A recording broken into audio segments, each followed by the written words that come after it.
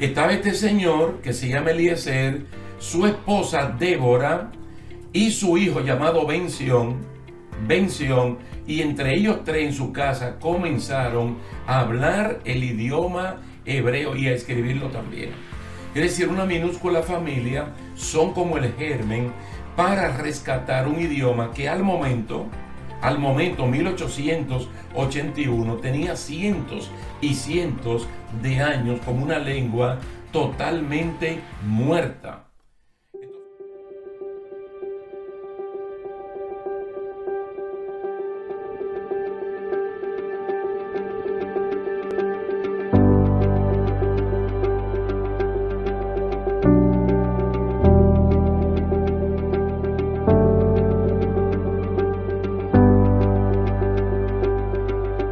¿Qué tal, queridos hermanos? Dios les bendiga, Dios les guarde. Bienvenidos a una entrega más de esta serie de estudios bíblicos. Daniel mira hacia adelante.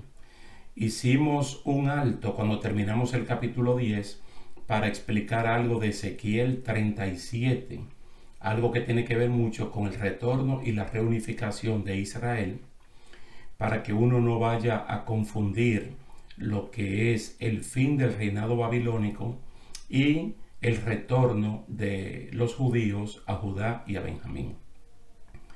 Hoy quisiéramos retornar al libro de Daniel, al capítulo 11. Es el capítulo más largo de los 12 capítulos que componen este libro, pero es muy interesante. Cuando estudiamos el capítulo 8, que yo le dije a ustedes que para mí era uno de los capítulos más extraordinarios de toda la Biblia, porque allí se presentan la figura de un macho cabrío y de un carnero, y ahí mismo te dice que representan el gobierno de los persas y el de los griegos. Y a partir de ahí se va a desatar una sucesión de reyes donde siempre tiene que ver con Israel. Si no tuviera que ver con Israel, de verdad que no tuviera mayor importancia para nosotros. Entonces, muchas de las cosas que quedaron inconclusas en el capítulo 8 de Daniel, aquí son explicadas con lujo de detalles. Es muy importante que usted lea completito este capítulo. Si lo puede leer por parte o lo puede leer completo y luego releerlo de nuevo, sería muy bien. Así que vamos a comenzar a explicar los versículos del 3 al 20, pero primeramente vamos a hablar algo del verso 1 y del verso 2, porque son datos relevantes que uno no lo encuentra en otra parte de la Biblia. Por ejemplo, Daniel 11:1 habla de que el arcángel Miguel fue fortalecido o animado en el primer año del gobierno del rey Darío el Medo. En Daniel capítulo 10, verso 21, allí se habla de que Miguel tuvo que venir en ayuda de Gabriel. Entonces se habla de una palabra de ánimo o de fortaleza. Hay algunos autores, o los autores están divididos, como si Daniel mismo fuera la persona que lo animara a continuar en las tareas que Dios le ha encomendado, o recibe una fortaleza de parte del comandante, que es nuestro Dios todopoderoso.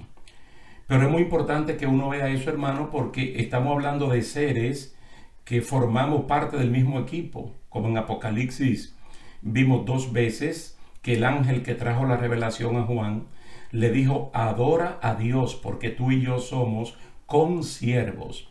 Consiervos quiere decir que tanto los ángeles como nosotros, los creyentes, somos siervos del mismo Dios. Dependemos, adoramos al mismo Dios. Ahora noten en el verso número 2, aquí en Daniel capítulo 11, que nos habla de varios reyes persas después de Ciro el Grande. Históricamente, Ciro es considerado el fundador del imperio de los persas, un imperio que, como hemos dicho varias veces, se unió con el imperio de Media y formaron el imperio de los medos y de los persas. Pero tanto en Daniel capítulo 7 como en Daniel capítulo 8 siempre se ve que el reino de los persas es superior al de los medos, y a veces omitimos la palabra medos y hablamos de los persas. En Daniel capítulo 10, versículo 1, lo menciona ya en su tercer año de gobierno. Lo menciona en su tercer año de gobierno. Aquí no son mencionados por sus nombres, pero dicen que vendrán y así mismo ocurrió. Es decir, que van a venir 3 reyes después de Ciro el Grande. Los versículos del 3 al 20 hablan de Alejandro el Grande. No estamos hablando ya de Ciro, sino de Alejandro el Grande, el primer rey de Grecia que ya habíamos visto en Daniel capítulo 8, y quien es la persona que ataca y destruye al imperio de los persas. Yo creo, hermano, que a usted y a mí como creyente, la historia bíblica debe llamarnos la atención. Porque mira, el único que puede, como quien dice, revelar a sus siervos los profetas lo que va a acontecer, no porque Dios esté moviendo para que las cosas acontezcan así, sino que como Él está mirando el futuro, Él en un presente, lo puede revelar, y eso le sirve a uno para la aceptación de otras promesas mucho más importantes, más relevantes y hasta más personales que hay en la Biblia con respecto a usted y a mí. Entonces, todo esto que está aquí, mira, que en un momento Dios diga que después del primer rey de Persia venían 3 más, o que después del imperio de los griegos de Alejandro venían otros porque sus hijos los iban a asesinar, nos habla de la grandeza de Dios, que no es solamente omnipresente, sino que es omnisciente, un Dios que todo lo sabe. Entonces estos versículos 3 al 20 de Daniel capítulo 11 hablan de Alejandro el Grande, ese cuerno que había entre los 2 ojos del macho cabrío, que creció hasta las nubes, figuradamente hablando, atacó y destruyó a los persas. Y ahí se inició el gobierno de los griegos por 250 años. Noten bien, 250 años. Cuando murió Alejandro el Grande, el reino fue dividido en 4 partes, como nosotros explicamos en el capítulo 8, ya que los hijos de Alejandro fueron asesinados y no hubo descendientes de él, tal y como se profetizó en el capítulo 8. Y ahora aquí en Daniel 11:4, mire cómo dice: pero cuando se haya engrandecido, hablando de Alejandro, su reino será quebrantado y repartido hacia los 4 vientos del cielo, no a sus descendientes, ni según el dominio con que él dominó, porque su reino será dividido y pasará a otros distintos de ellos. No es como para decir un gloria a Dios. La maravilla del Señor, cómo Él puede revelar las cosas con detalles precisos y concisos antes que las cosas ocurran. ¿No recuerdan ustedes que cuando Cristo reprende a sus discípulos, especialmente a los apóstoles, en el capítulo 24 de Lucas, Él le dice: tardos para entender, necios para comprender, como muy lentos para las cosas de Dios? Para entender algo que está en una escritura como es la Biblia, un libro a prueba de todo, hermano, a prueba de todo, y que aún persiste y es relevante, y es la palabra de Dios viva, oportuna, una palabra que penetra el alma, en los pensamientos, los sentimientos, divide el alma y el espíritu. Caramba, uno debería prestarle mucho más atención a estos detalles de la palabra del Señor. Porque ¿quién se puede imaginar en el momento que Alejandro el Grande está en su mejor tiempo, que ningún descendiente de él se va a sentar en el trono? Que a sus hijos con una edad bastante pequeños y adolescentes los asesinan, y que cuando él muere, que murió bastante joven también, prácticamente Alejandro murió como un joven, Entonces sus hijos eran prácticamente niños. Entonces otros son los que van a ocupar el lugar. Los 4 reinos en los cuales fue dividido el imperio de los griegos, como vimos ya una parte en el capítulo 8, fueron Egipto, Siria, Babilonia, Asia Menor y Grecia. Los problemas entre Egipto y Siria afectaban directamente a Israel porque estaba en el medio. Hubo un tiempo de 103 años en que los egipcios gobernaban a Jerusalén. Y hubo 135 años que los sirios gobernaban sobre Jerusalén. Yo le puedo explicar esto aquí, hermano, para que no haya ningún tipo de confusión. Porque en Ezequiel 37, pues, nosotros hablamos de una división que ocurrió en el pueblo de Israel, en la nación de Israel.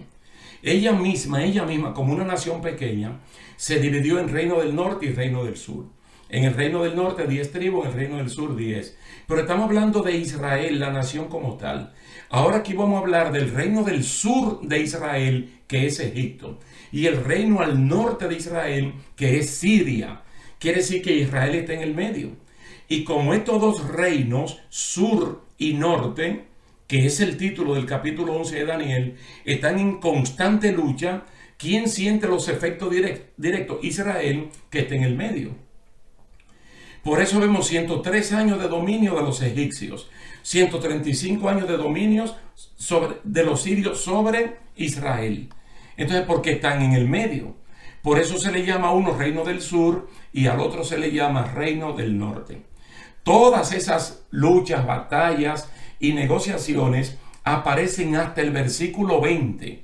Note bien, ustedes lo pueden leer, probablemente se le ponga allí en pantalla la lectura. Los versículos del 3 al 20 hablan de todas esas luchas, batallas, intrigas, negociaciones, hasta el versículo 20.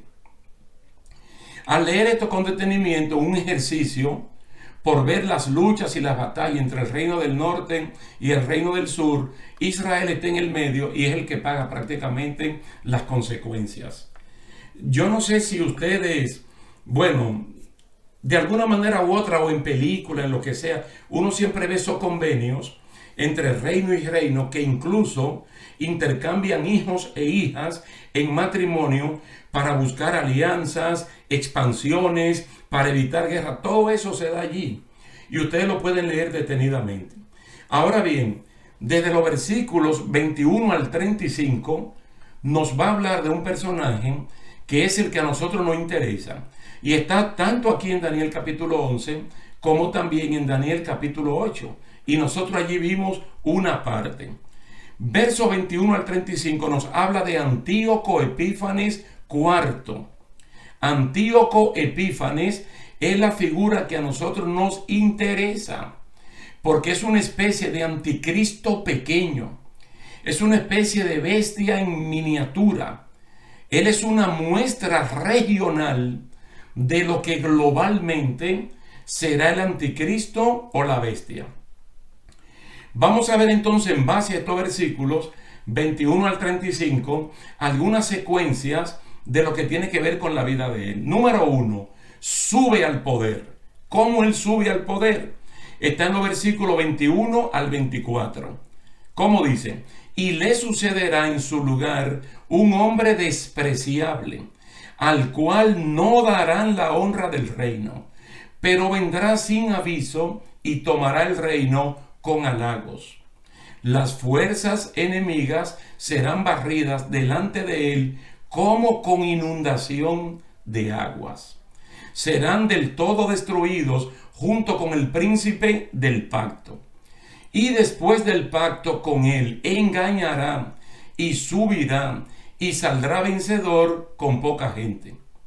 Estando la provincia en paz y en abundancia, entrará y hará lo que no hicieron sus padres, ni los padres de sus padres, botín, despojos y riquezas repartirá sus soldados, y contra las fortalezas formará sus designios, y esto por un tiempo. Usted se da cuenta hasta este momento que este señor va a hacer lo que no hizo su papá, lo que no hizo su abuelo y probablemente su bisabuelo, porque viene ya desde tiempo estas luchas entre el sur, no se olviden, Siria, Babilonia, contra el sur, Egipto. Pero ¿quién está en el medio? La tierra de Israel. Y ustedes se van a dar cuenta lo importante o el tremendo papel que juega Israel cuando toquemos el asunto del continuo sacrificio. Cuando hablemos del templo de Jerusalén y lo que este individuo hace cosa que ninguno de sus antepasados se atrevieron a hacer, porque algunos conquistadores, incluyendo el Imperio Romano, respetaba las religiones organizadas, solamente perseguían las sectas, pero este tipo hizo lo que tal vez nadie pensaba o se imaginaba que se podía hacer. Número 2, vamos a ver la secuencia. Número 2, ya subió al poder, ya está allí. Miren todas las maniobras que este hombre hace, y los halagos y las lisonjas y los premios y los botines que les reparte a sus soldados. Veamos el número 2, que son los versículos 25 al 27.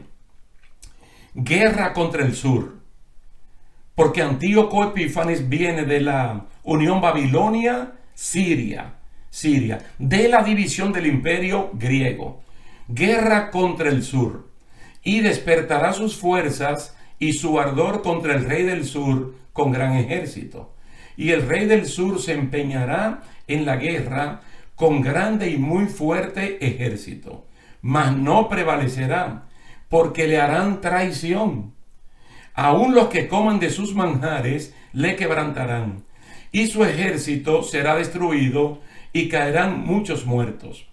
El corazón de estos dos reyes será para hacer mal, y en una misma mesa hablarán mentira, mas no servirá de nada, porque el plazo aún no habrá llegado. Todo esto te habla de la falsedad que hay entre el rey del sur y el rey del norte cuando se sientan supuestamente a negociar.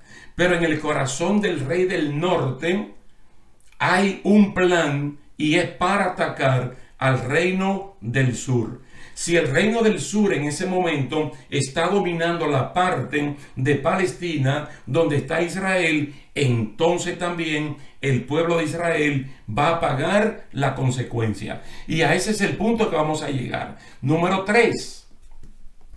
Los versículos 28, 29, 30 y 31.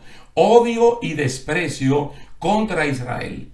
Usted se va a dar cuenta que en el fondo el reino del norte no es que le interese tanto el reino del sur. Lo que le interesa realmente es la tierra de Israel. Mire cómo dice: y volverá a su tierra con gran riqueza, y su corazón será contra el pacto santo. Hará su voluntad y volverá a su tierra. Después que él tuvo el encuentro en Egipto con el rey de Egipto, él vuelve a su tierra de Siria con mucha riqueza. Dice: su corazón será contra el pacto santo, un pacto de cuidar la tierra de Israel y de no tocar ni su templo, ni su religión, ni su costumbre, ni sus usos, nada de eso. Pero mira el verso 29. Al tiempo señalado volverá al sur, mas no será la postrera venida como la primera. Porque vendrán contra él naves de Quitim, y él se contristará, y volverá y se enojará contra el pacto santo, y hará según su voluntad. Volverá pues y se entenderá con los que abandonen el pacto santo. Y se levantarán de su parte tropas, noten aquí, se levantarán de su parte tropas que profanarán el santuario y la fortaleza, y quitarán el continuo sacrificio, y pondrán la abominación desoladora. Miren, de 31 versículos que no hemos visto con lujo de detalles, porque estamos dando especie de secuencia para tomar lo que más nos interesa en este momento. Este es el punto más interesante. Tropas de su parte, autorizadas por él, van a profanar el santuario. ¿Qué es el santuario? El templo de Jerusalén. ¿Y de qué templo estamos nosotros hablando? Del templo que se reconstruyó después que los cautivos de Babilonia volvieron a Jerusalén. Con Zorobabel, con Jesúa, con Esdras, con Nehemías, con una cantidad enorme de personas. Que si ustedes leyeron, como yo le aconsejé, el libro de Ageo, se van a dar cuenta que cuando el templo ya está terminado, el Señor lo comparó con el templo que hizo Salomón, con toda la pomposidad. Y este templo humilde y sencillo ahora, Dios dijo que la gloria postrera iba a ser mayor que la primera gloria. Entonces de ese templo estamos hablando. Los egipcios los respetaron, los griegos los respetaron, pero llegó este tipo, Antíoco Epífanes IV, que decide profanarlo. Mejor dicho, decide suspender primeramente el continuo sacrificio para luego profanarlo. ¿Qué manda decir? Aquí no se pueden hacer más sacrificios. Lo detiene con autoridad, dictatorialmente. Probablemente persiguió a los sacerdotes, los levitas, los asesinó o los dispersó por diferentes lugares del pueblo de Israel. Entonces suspende. Fíjese que el enemigo de la justicia, el mismo diablo, siempre busca que los canales de comunicación con Dios el Padre, el creyente, el adorador, lo corten. Y eso nosotros tenemos datos y textos bíblicos en los libros de Reyes y Crónicas en abundancia. Incluso hubo un rey tan pero tan malo que hasta clausuró el templo, lo cerró, mandó a cerrarlo para que nadie entrara y adorara al Señor allí. Porque si él llega a Jerusalén, ¿por qué no toma el palacio del rey? ¿Por qué no toma el palacio de los millonarios, el palacio de los ricos? No, el templo. El templo. Suspender inmediatamente los sacrificios. Y estamos hablando de un sacrificio continuo que se ofrecía a Dios todos los días a las 9 de la mañana y a las 3 de la tarde. Mire, lunes, martes, miércoles, jueves, viernes, sábado, domingo, todos los santos días a las 9 de la mañana, que es la hora tercera del día, y a la hora novena del día, que son las 3 de la tarde. Había un sacrificio ¿de qué? De adoración, un sacrificio de consagración, que es el mismo sacrificio que nos piden a nosotros en el capítulo número 12 de Romanos, donde el apóstol levanta un ruego para que ofrezcamos un sacrificio vivo, santo, agradable a nuestro Dios. Un sacrificio que impide que uno se adapte a este mundo de maldad, que nuestra mente se renueve y que cada día más se parezca a la mente del Espíritu Santo. Entonces el diablo comienza atacando por ahí.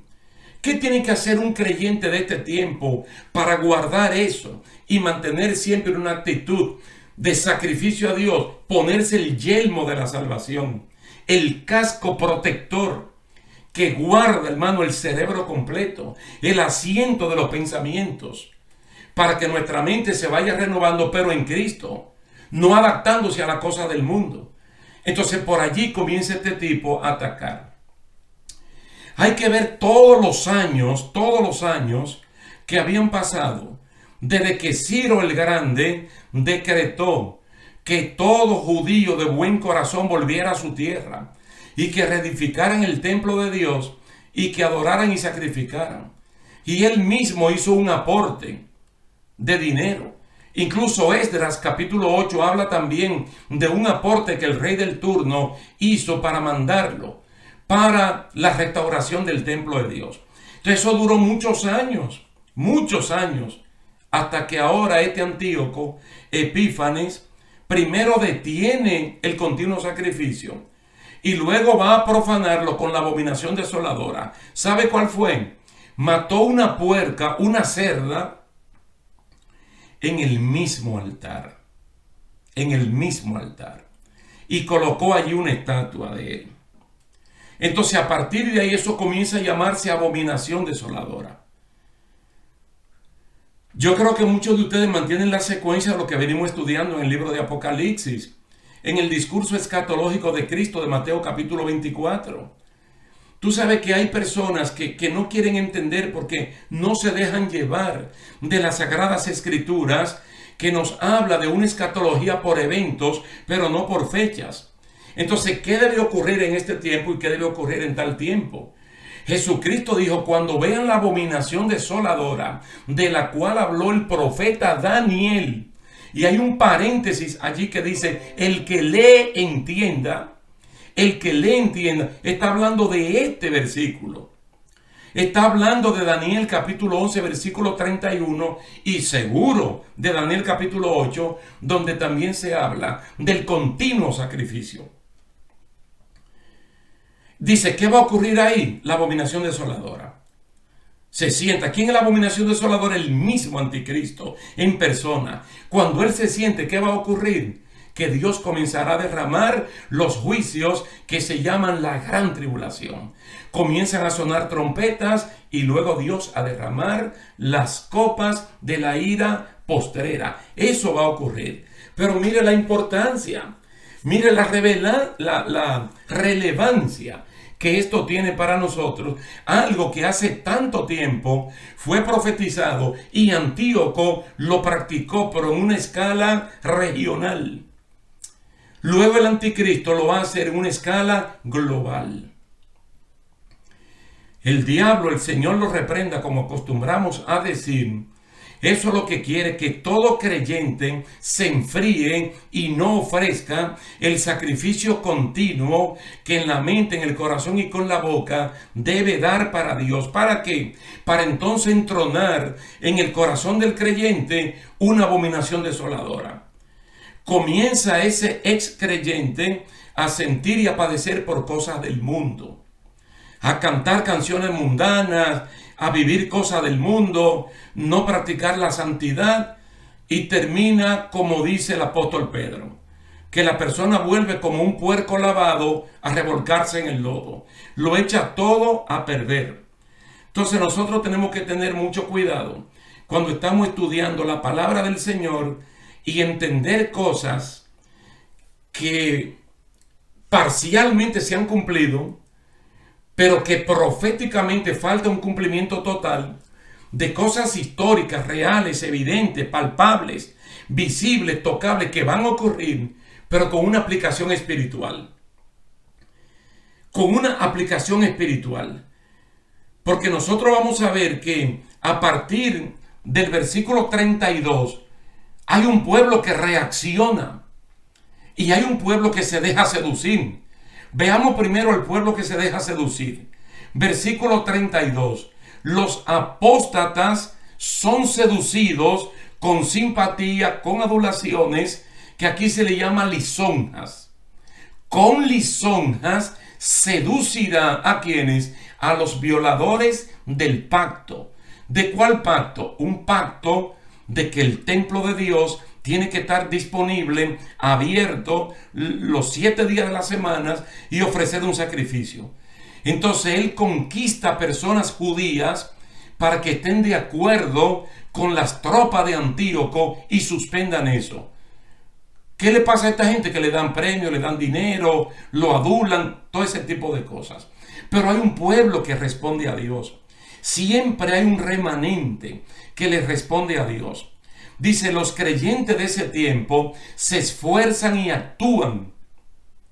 Dice, mas el pueblo que conoce a su Dios se mantendrá firme y actuará en consecuencia, pase lo que pase.